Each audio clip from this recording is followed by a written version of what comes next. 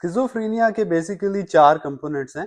पहला डिसऑर्गेनाइजेशन है, मतलब कि या तो आपके ज़हन में ख़्यालात आ ही नहीं रहे होते आसानी से, या आप उनको बयान नहीं कर पाते, आप क्लियरली सोच नहीं सकते।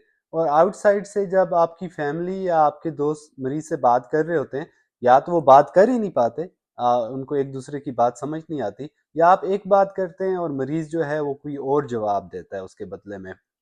उससे क्या होता है कि आप कोई भी एक लीनियर गोल डायरेक्टेड कन्वर्सेशन नहीं कर सकते, बैक एंड फोर्थ जैसे दो इंसान बात करते हैं आपस में।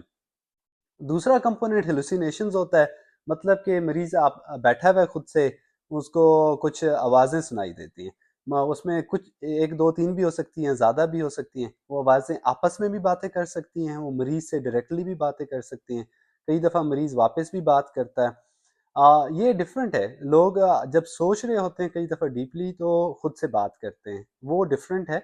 और जो ये आपको आवाज़ें सुनाई दे उनसे बात करना, ये डिफरेंट सिम्टम है, ये हेलुसिनेशन कहलाता है। कई दफ़ा आवाज़ें आपको कमांड्स भी दे सकती हैं, मतलब कि आपको कुछ करने को भी बोल सकती हैं। और अगर मरीज़ को इंसाइट ना हो, इंसाइट से मुराद के अपनी बीमारी की समझ ना हो, तो इन आवाज़ों को बहुत सीरियस लेके उन कमांड्स पे एक्ट भी कर सकता है।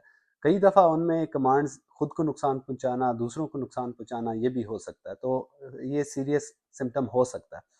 तीसरा कंपोनेंट है डिल्यूजन्स।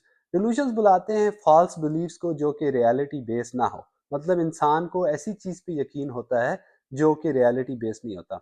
उसमें बहुत ज़्यादा डर भी लग सकता है। ये भी लग सकता है कि कोई मुझे मारना चाह रहा है।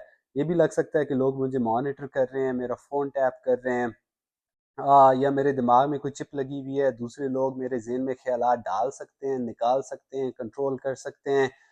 मैं दुनिया का अमीर तरीन इंसान हूँ। कई दफ़ा रिलीजियस बेस्ड भी, मैं खुदा हूँ, रसूल हूँ, कोई भी फॉल्स बिलीव्स इंसान के हो सकते हैं।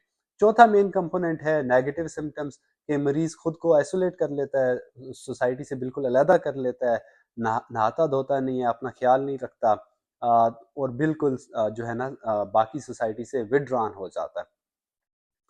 अब जो ये चारों सिम्टम होना ज़रूरी नहीं है बीमारी के अंदर, और सिम्टम का मतलब ये भी नहीं है कि आपको बीमारी है। जो ये सारे सिम्टम ऑफ साइकोसिस कहलाते हैं। साइकोसिस आपको स्ट्रेस इंड्यूस भी हो सकती है, कोई ड्रग इंड्यूस भी हो सकती है, आपने कोई दवाई खाई, फॉर एग्जांपल स्टीरॉइड खाए, उससे भी हो सकता है। तो ये सारी चीज़ें समझना ज़रूरी है कि ये सारे सिम्टम का मतलब नहीं है कि आपको बीमारी है। बीमारी होने के लिए आपको कम से कम सिम्टम 6 महीने तक होना ज़रूरी है। आपको ये सारे कंपोनेंट जो हैं ड्रग इंड्यूस्ड और दवाई, ये सब कुछ देखना ज़रूरी है। कोई मेडिकल काज़ तो नहीं है, कोई ब्रेन ट्यूमर, कोई इस तरह की बीमारी की वजह से तो सिम्टम नहीं हो रहे, ये देखना भी ज़रूरी है। और फिर इन सारे सिम्टम्स को कल्चरली अंडरस्टैंड करना भी ज़रूरी है, कि कोई ये रिलीजियस वे में तो नहीं है, कल्चरल वे में तो नहीं है, ये उसको भी समझना बहुत ज़रूरी है।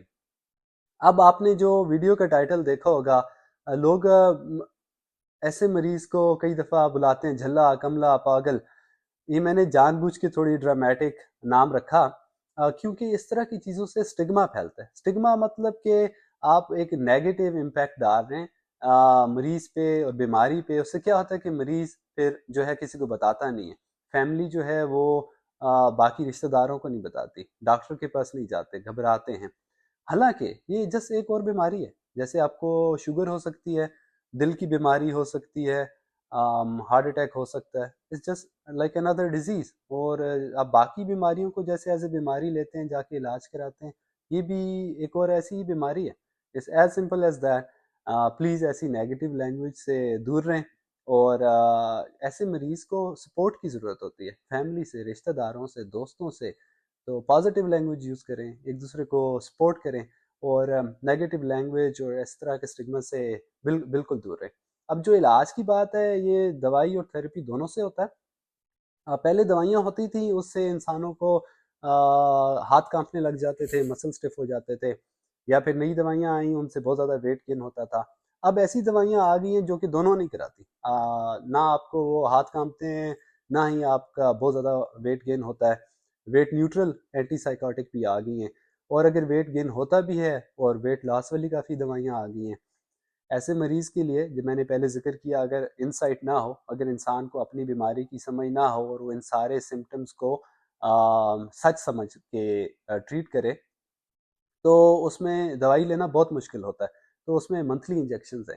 منتھلی انجیکشن مطلب جو آپ دوائی روز کھانے کی ضرورت نہیں ہے، آپ مہینے میں ایک دفعہ ٹیکا لگوا لیتے ہیں۔ اب اس میں 3 مہینے والے 6 مہینے والے ٹیکے بھی آ رہے ہیں، تو علاج پہلے کی نسبت آسان ہے۔ آپ کا کام یہ ہے کہ اس طرح کی نیگیٹو لینگویج سے دور رہیے، ایک دوسرے کو سپورٹ کیجیے، اور مریض کو اسپیشلی اس کو پازیٹیولی اپروچ کریں، سپورٹ کریں، اور ایک اور بیماری کی طرح ٹریٹ کریں کہ جیسے ہی شوگر ہے، جیسے ہی دل کا مسئلہ ہے، ایسی ہی ایک اور بیماری ہے۔ بہت شکریہ۔